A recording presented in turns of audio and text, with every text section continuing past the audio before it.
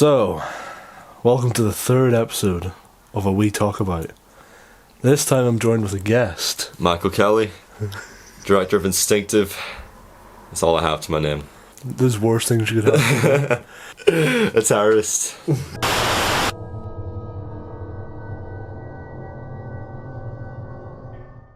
No, we're not going to get into that. But yeah, so we have a very strange film to talk about on this episode. Because I want to start talking about M. Night Shyamalan films, but I don't think, third episode in, I don't think the series is ready. Yeah. It's not good enough yet. I think we need to watch more of his stuff and rewatch some of his films, because me and Adam's been watching a lot of M. Night recently. Yeah. Not in order, but they don't really, most of them don't correlate. Yeah. But, you know, Adam put me onto him and we've been watching his stuff. I really enjoy his films. This is different. Yeah, because I've watched like most of his films. He's probably one of my favourite directors. But what we're starting off with isn't a film that he made. He's in it, but it is the buried secret of M. Night Shyamalan. It's about belief, the act of believing. He said he saw people. I see dead people. Ghosts. They want me to do things for them.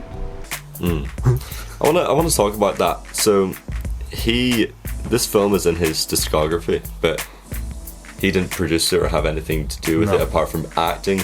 Yeah. I suppose some would say it's acting, some would say it's real. Depends what you believe when you watch this, or if you believe the lore behind why he behaves this way, or if it's an act. Yeah. You know, there's a lot to depict it as. Well, that's just it. He's playing himself, because what The Buried Secret of M. Night Shyamalan is it's a documentary to promote. It came out in 2004, just like The Village did, and it's a documentary to promote his film The Village, but it's not like a straightforward, oh, here's The Village, here's the behind the scenes. It's its own film. It's like it's basically about a TV crew who've been given a task to do a documentary about M. Night Shyamalan's upcoming film, The Village. They go there to film it, but start to find some weird supernatural stuff out about M. Night Shyamalan and ghosts in general. Well, I don't necessarily think they're not finding out.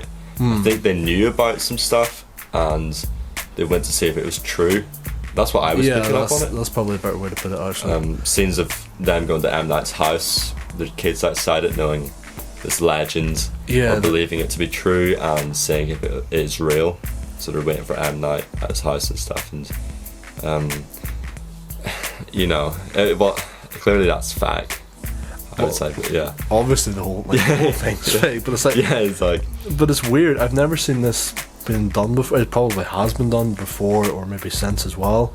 But like, this isn't just like a documentary to promote The Village. It's like they went to a lot of effort here to basically make their own film that's completely there to promote another film. Exactly. And it's like, it's bizarre. It's like, and it was happening literally during The Village creation, and you know, the documentary takes over. Was recorded over seasons. Yeah. Along with the length that the film was being made, so you see parts in summer, autumn, winter. It's cold, so you know they film it over a time. Yeah. So it's definitely just like glimpses into this production into The Village. And the weird thing about it, you don't see a lot of the film being made in it, or you don't see a lot of M. Night in it, because obviously he's busy making the film. But you know, he still makes appearances, and it's like weird when he does. It's really weird. I think the whole because I remember you saying that to me before we watched it. You were like, "Is this going to spoil The Village?" Because you hadn't seen it yet. Yeah.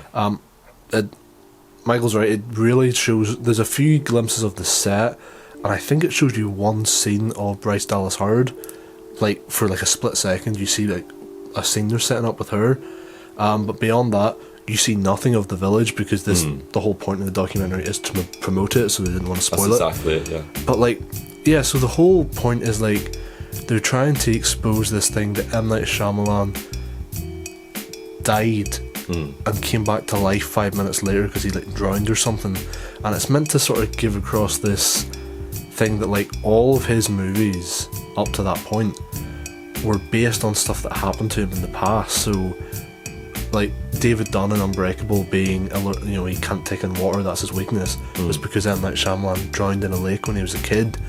Or The Sixth Sense. And that's true?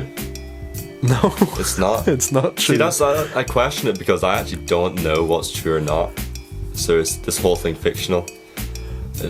Well, I mean, maybe he had it. Maybe it's like loosely based off something that happened to him. But I think it was just something made up for the documentary. But like, there was that about the water, and then the whole fact that the kid, spoilers, can see dead people in The Sixth Sense. Yeah.